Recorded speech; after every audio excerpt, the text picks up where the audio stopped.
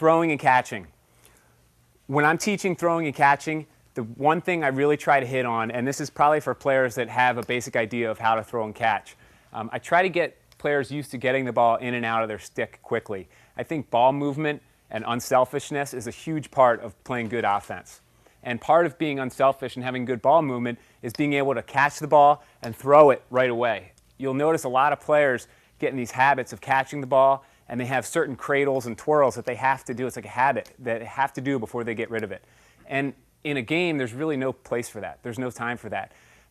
Economy of motion is something that I stress to my players during stick work, which is you receive a pass and almost let the pass rock your upper body and get your stick back into that nice throwing and shooting spot, so that maybe you have a little cradle with your wrist, but you don't have to bring it down. You don't have to do anything crazy with it. You catch it and then you're ready to throw it right away. Going along with that, with the ground balls, everybody has taught how to pick up ground balls before. Get your hands low, back end low, go through the ball, pick it up to your face. We don't need to go into that. But something that you should try to get your players, that I try to get my players to do, is after they pick up a ground ball, I try to get them in the habit of throwing it as soon as possible to the next guy. To not try to make the great assist pass after they pick up a ground ball, to not try to run with it for 20 feet before they make a pass. Because if you think about it, a ground ball is essentially an unsettled situation. And on offense, if you pick it up and run around with it for 20 feet, all you're doing is allowing the defense to get set up again.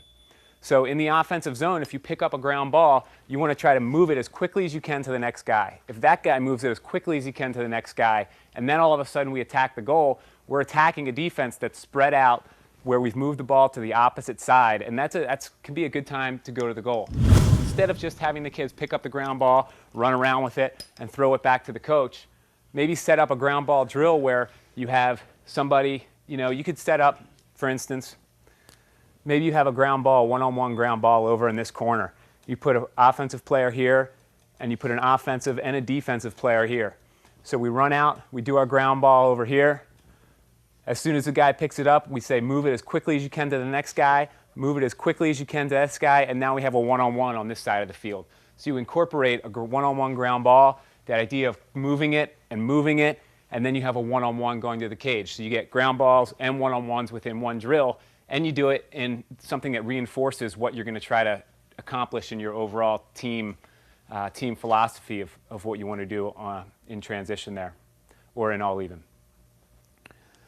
So again, that's how some of these individual skills can play into the team concepts.